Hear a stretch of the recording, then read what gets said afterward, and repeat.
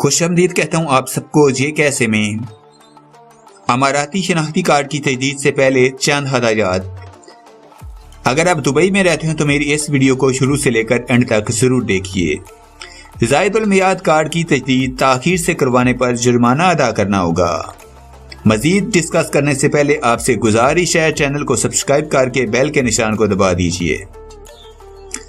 اگر آپ متحدہ عرب امارات میں مقیم ہیں اور آپ کے اماراتی شناختی کارڈ کی مدت ختم ہو گئی ہے تو اس کارڈ کی تجدید سے قبل آپ کے لیے چند باتیں جاننا ضروری ہیں۔ اگر آپ نے کارڈ کی تجدید کے لیے درخواست دی ہے تو اپنی اس درخواست کا پرنٹ حاصل کرنے کے بعد اسے اگلے 60 روز کے اندر مکمل کرنا ہوگا۔ اگر اس مدت کے دوران درخواست جمع نہ کرائی گئی تو اس پر عمل درآمد نہیں ہوگا۔ تاخیر سے جمع کروائی گئی درخواست پر صرف اسی صورت میں غور ہو سکتا ہے اگر درخواست گزار کوئی ایسی وجہ بیان کرے جس میں اس کی کوتاہی شامل نہ ہو، مثلا پاسپورٹ کی تجدید یا اس کا تاخیر سے اجرا، جس کے باعث درخواست تاخیر کا شکار ہو سکتی ہے۔ دوسری صورت میں اماراتی شناختی کارڈ کے لیے دوبارہ سے اپلائی کرنا ہوگا اور تاخیر سے تجدید کرانے کے باعث جرمانوں کی ادائیگی بھی کرنا ہوگی۔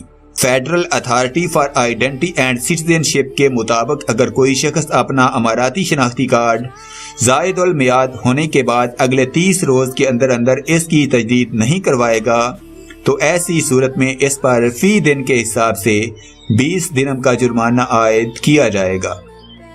جرمانے کی یہ رقم زیادہ سے زیادہ 1000 درہم تک جا سکتی ہے۔ امارات میں مقیم افراد کے لیے اماراتی شناختی کارڈ کی تجدید کے لیے مندرجہ ذیل 4 طریقے ہیں۔ نمبر 1، مخصوص ٹائپنگ سینٹرز۔ نمبر 2، FEIC کی ویب سائٹ پر آن لائن درخواست۔ Number 3، smart phone application. اور نمبر 4 پر آفیشیل کسٹمر سروس سینٹر۔ جس وقت کسی شخص کا اماراتی ID کارڈ ایشو ہو جائے تو اس کے بعد اسے اگلے 90 روز کے اندر اندر اسے حاصل کر لینا چاہیے۔